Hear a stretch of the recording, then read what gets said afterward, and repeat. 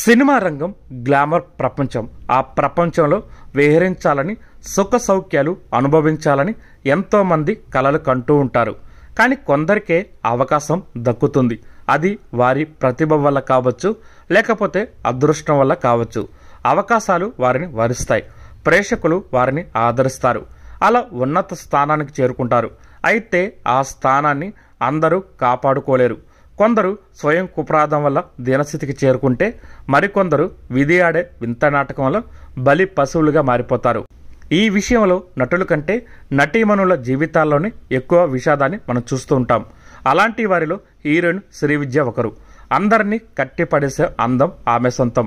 అన్నిటిని మించి కష్టాల్లో ఉన్నవారిని ఆదుకోవాలనే మంచి గుణం. అయినా ఎంతో ఉన్నతంగా సాగాల్సిన ఆమె వ్యక్తిగత జీవితం విషాదభరితం కావడం వెనుక జరిగిన ఘటనలు ఏమిటి, ఆమె జీవితంలో ఎదుర్కొన్న కష్టాలు ఎలాంటి అనే విషయాలు ఇవాళ మనం తెలుసుకుందాం. తమిళ హాస్య నటుడు కృష్ణమూర్తి, కర్ణాటక శాస్త్రీయ సంగీత గాయనైన ఎంఎల్ వసంతకుమారులకు శ్రీవిద్య జన్మించింది. ఆమె పుట్టిన సంవత్సరానికే తండ్రికి పక్షవాతం రావడంతో ఆయన నటనకు స్వస్తి పలికారు. కుటుంబాన్ని పోషించే బాధ్యత తల్లిపై పడింది. కచేరీలు చేయడం ద్వారా వచ్చే డబ్బుతోనే జీవనం సాగించేవారు. ఆర్థిక ఇబ్బందుల వల్లే శ్రీవిద్య సినిమాలోకి ప్రవేశించింది. 14 సంవత్సరాల వయసులోనే శివాజీ గణేష్ హీరోగా నటించిన తిరువరు చెలవర్ అనే తమిళ సినిమా ద్వారా చిత్రరంగం ప్రవేశం చేశారు శ్రీవిద్య. తెలుగులో ఆమె నటించిన మొదటి సినిమా పెదరాశి పెద్దమ్మ కథ. శ్రీవిద్యని దాస నారాయణరావు గారు తన సినిమాల ద్వారా ఎక్కువగా ప్రోత్సహించారు. కె బాలచందర్ దర్శకత్వంలో తమిళ రూపొందిన అపూర్ రాంగల్ అనే సినిమాలో కమల్ హాసన్, రజనీకాంత్ నటించారు.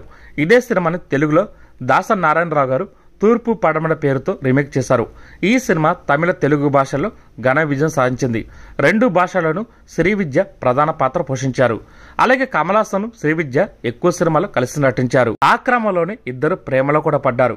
పెళ్లి కూడా చేసుకోవాలనుకున్నారు. ఇరు కుటుంబాలు కూడా దానికి అంగీకారం తెలిపాయి. కారణం తెలియదు కానీ ఇద్దరు తర్వాత విడిపారు. ఆ తర్వాత వాణి గణపతిని పెళ్లి చేసుకున్నారు కమల్ హాసన్. ఆ తర్వాత మలయాళ దర్శకుడైన జార్జ్ థామస్తో ప్రేమలో పడి 1978 సంవత్సరంలో అతన్ని పెళ్లి చేసుకున్నారు శ్రీవిద్య. Thomas Christians. శ్రీవిద్య బ్రాహ్మణ కుటుంబం నుంచి వచ్చారు. ఈ పెళ్లికి శ్రీవిద్య తల్లిదండ్రులు ఒప్పుకోలేదు. అయినా వారిని ఎదిరించి థామస్ని పెళ్లి చేసుకున్నారు శ్రీవిద్య. అతని కోరిక మేర పెళ్లి తర్వాత సినిమాలకు దూరంగా ఉన్నారు శ్రీవిద్య. 2 సంవత్సరాలు మాత్రమే వారి వైవాహిక జీవితం నడిచింది. థామస్ కెరీర్ సవ్యంగా లేకపోవడంతో ఆర్థిక ఇబ్బందులు ఏర్పడ్డాయి. సినిమాల్లో నటించాలని శ్రీవిద్యకు చెప్పడంతో తప్పని పరిస్థితుల్లో మళ్లీ నటిగా కొనసాగారు శ్రీవిద్య. శ్రీవిద్య సంపాదిస్తూ ఉంటే దాన్ని ఖర్చు చేసే పనిలో ఉండేవాడు థామస్. దానికి తోడు వేధింపులు కూడా ఎక్కువ కావడంతో 1980 సంవత్సరంలో అతని నుంచి విడాకులు తీసుకున్నారు శ్రీవిద్య. ఆ తర్వాత నటిగా కొనసాగారు. తెలుగు, తమిళ, మలయాళ భాషల్లో ఎన్నో సినిమాల్లో క్యారెక్టర్ ఆర్టిస్ట్గా నటించారు. 2003 సంవత్సరంలో శ్రీవిద్య అనారోగ్యానికి గురయ్యారు. అప్పుడు జరిపిన పరీక్షలో ఆమెకు రొమ్ము క్యాన్సర్ ఉన్నట్టు తేలింది. తాను ఎంతో కాలం బ్రతకదని తెలుసుకున్న శ్రీవిద్య తన పేరుపై ఎలాంటి ఆస్తి ఉండకూడదని నిర్ణయించుకున్నారు. సంగీత, నృత్య కళాశాలలో విద్యార్థులకు స్కాలర్షిప్ అందడం లేదని తెలుసుకుని మలయాళ నటుడైన గణేష్ ఆధ్వర్యంలో ఒక ట్రస్ట్ని రిజిస్టర్ చేశారు. దాని ద్వారా అర్హులైన వారికి సహాయం అందేలా ఏర్పాటు చేశారు.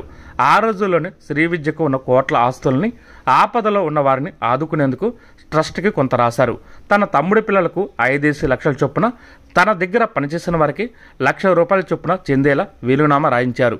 3 సంవత్సరాల పాటు క్యాన్సర్ ట్రీట్మెంట్ తీసుకున్న శ్రీవిద్య ఆరోగ్యం క్షీణించడంతో 2006 సంవత్సరం అక్టోబర్ 19వ తారీఖున 53 సంవత్సరాల వయసులోనే తుదిశ్వాస విడిచారు. ఈ వీడియో కనుక మీకు నచ్చితే లైక్ చేయండి, షేర్ చేయండి, కుదిరితే సబ్స్క్రైబ్ చేయండి.